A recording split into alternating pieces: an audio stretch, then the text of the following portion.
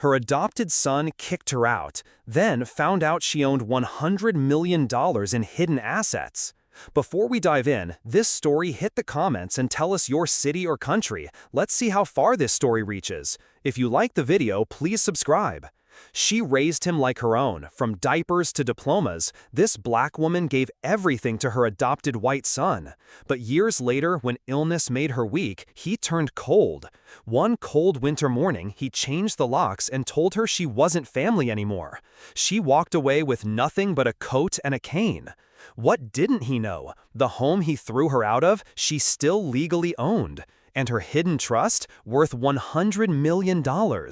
What happens when you betray the only person who ever truly loved you? Watch until the end.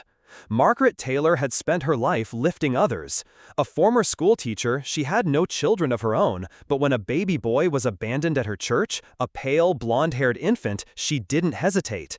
She took him home, named him Luke, and loved him without condition. Despite whispers and sideways glances from neighbors who couldn't understand why a black woman would raise a white child alone in the Deep South, she pressed on. Luke grew up privileged, not because of money, but because of love. She gave him her time, her teachings, and eventually her home. As Margaret aged and her health declined, she hoped Luke would be there for her like she had been for him. But something had changed. Luke had become distant, embarrassed even, of her skin, her story, of her. And when Margaret needed him the most, he made a choice that would haunt him forever. Margaret was diagnosed with early-stage dementia. She had trouble remembering things, but not love. She trusted Luke to help her manage her affairs. She even signed papers he asked her to, thinking they were just for medical planning. He told her he was handling the bills, the house, and her care. But what he was doing was erasing her. One morning she returned from a walk to find that her keys no longer worked. A note taped to the door read, "You're not safe here anymore. Don't come back." Her heart sank. Neighbors watched as she sat on the steps for hours. She didn't cry, she didn't beg, she just stood up, adjusted her scarf, and left.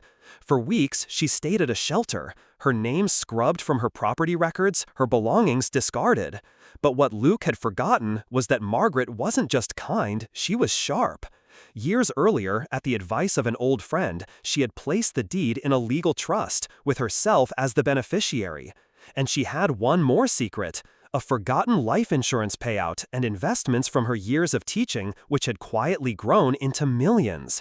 When her lawyer traced the misuse of her signature and froze the trust, Luke's world collapsed.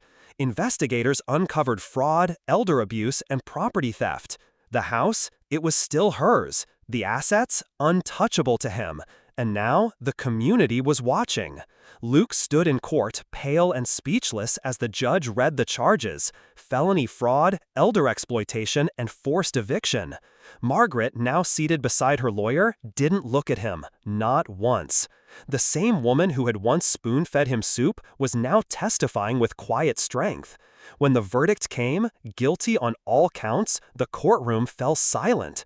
The boy she raised had betrayed her. But she didn't need revenge, she had something more substantial: dignity, justice, and the truth. As Luke was led away in cuffs, he mouthed, "I'm sorry." Margaret's gaze didn't waver. Sorry never bought back trust. Margaret never returned to the old house. Instead, she donated it to a shelter for women who had nowhere else to go. She used part of her hidden fortune to create scholarships for foster youth and aging caregivers. When asked why she did it, she said, "Because love should leave something behind, even when it's betrayed."